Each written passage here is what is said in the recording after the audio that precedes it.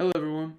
My name is Joe Cunningham, and I will be presenting an analysis of East Coast Yachts and discussing whether the company should transition from a sole proprietorship to either a limited liability company or an LLC or a corporation.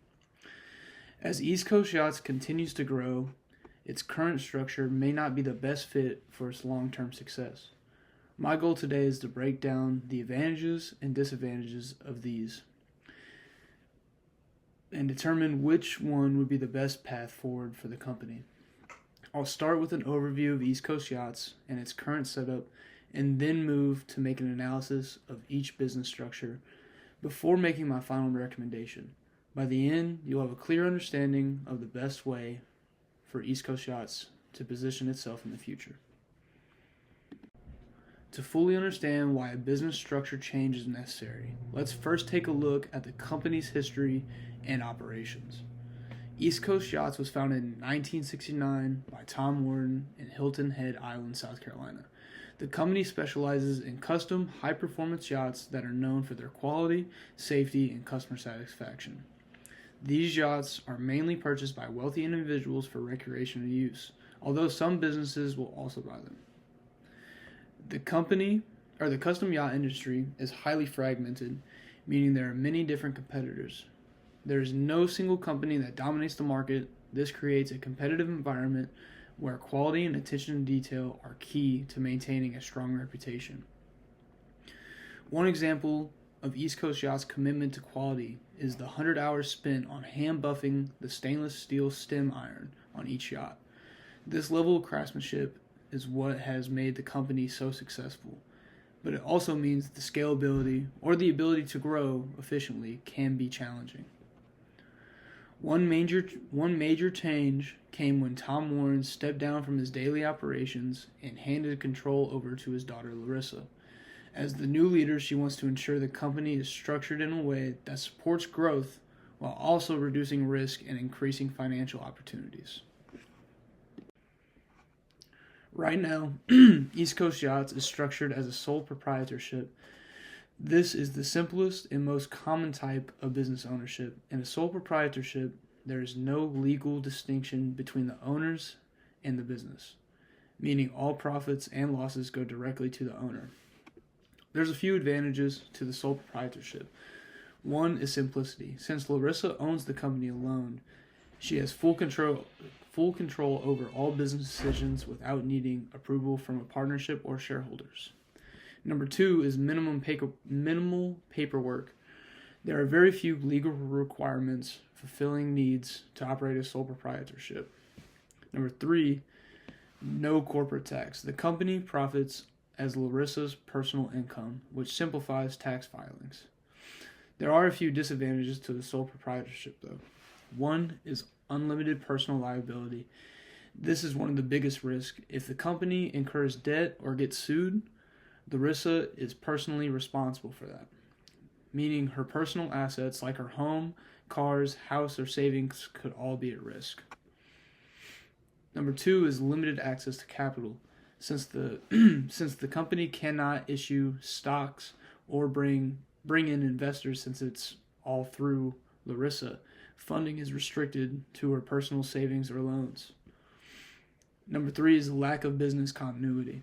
If Larissa wants to step down or transfer ownership, the process can be very complicated. Unlike corporations, which continue to exist independently, as a sole proprietorship is directly tied to the owner, so it would make it very hard to transfer ownership to a new person. It poses too many risks as the company expands. That's why we are exploring two new alternatives as an LLC and a corporation. Option one will be transition into an LLC. There are a limited liability company or an LLC.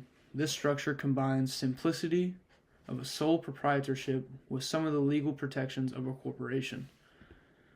Limited personal liability. Unlike sole proprietorship, an LLC protects Larissa's personal assets. If the company faces legal action or debt, only the business assets are at risk, not her personal belongings. Flexible management. Unlike corporations, LLCs do not require a board of directors or strict meeting requirements. Larissa can continue running her business as she sees fit. Number 3 is pass-through taxation. The business's income is not taxed at the corporate level. Instead, profits pass through to the owner's personal tax return, avoiding double taxation, which if you get double taxed, it's a lot of money. Easier to raise capital. While an LLC cannot issue stocks like a corporation, it can take on partners or outside investors more easily than a sole proprietorship. But there are a few disadvantages to an LLC. There's a lot more paperwork and fees. While it's still a lot simpler than a corporation. LLC's state registration fees and annual reports are required every year. Self-employment taxes. Since LLC's owners are considered self-employed, they must pay both employer and employee taxes on Social Security and Medicare. Number 3, limited growth potential. Investors prefer corporate stock over an LLC membership, which may make it way harder to raise large amounts of capital in the future. An LLC would provide better protection and growth potential while maintaining the flexibility to run the business however you would like. Option 2 is transition into a corporation. A corporation is a more complex but powerful business structure that could position East Coast Yachts for a major expansion and investment opportunities in the future. Advantages to a corporation. Limited liability protection. Just like an LLC, a corporation protects its personal assets from business debts and lawsuits. It is way easier to raise capital through a corporation because they can issue stocks, which makes it easier to bring in more investors, venture capital, or even go public in the future where anybody can buy stocks. Business continuity. A corporation continues to exist even if the owner leaves or sells their shares, making it the ownership's transfer much more smooth. Number 4 is potential tax benefits. Corporations can retain earnings rather than distribute all profits, which can lower overall tax burdens. Disadvantages to a corporation would be double taxation. A major downside is corporations pay corporate taxes on profits and then their shareholders pay personal taxes on the dividends. Increased regulations. Corporations must comply with strict rules such as holding shareholder meetings, filing annual reports, and keeping detailed financial records of all of their members and all of their transactions. Number 3 is less flexibility. Larissa would lose some control since her decisions would need to be approved by the board of directors or the shareholders. While corporations offers long-term growth potential, it comes with higher cost and complexity. A few recommendations I have for East Coast Yachts is to transition to an LLC first as an intermediate step. This will provide the liability protection and flexibility while avoiding corporate taxation.